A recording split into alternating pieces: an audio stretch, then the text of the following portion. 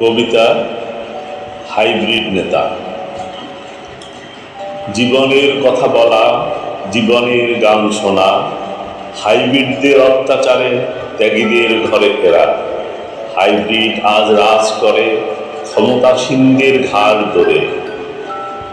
আর না হবে ৭ই মার্চের ভাষণ শোনা রাস্তায় বসে পড়ে, যেদিন গেছে সেদিন আর আসবে না যে ফিরে। জীবনের কথা বলার, জীবনের গান শোনার সময় শেষ হয়ে গেছে।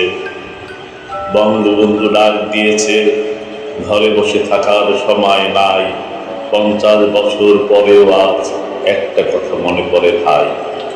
৭ই মার্চের ভাষণ, পাকিস্তানিদের দুঃশাসন, যুদ্ধ হলো মুক্তি, পেলাম স্বাধীনতা। আমার স্বাধীনতা, তুমি আমার স্বাধীনতা। স্বাধীনতা আজ ভোগ করছে হাইব্রিডদের নেতা। আমরা মাকাল ফল, আমরা ছিলাম নিষ্পেষিত ত্যাগীর দল।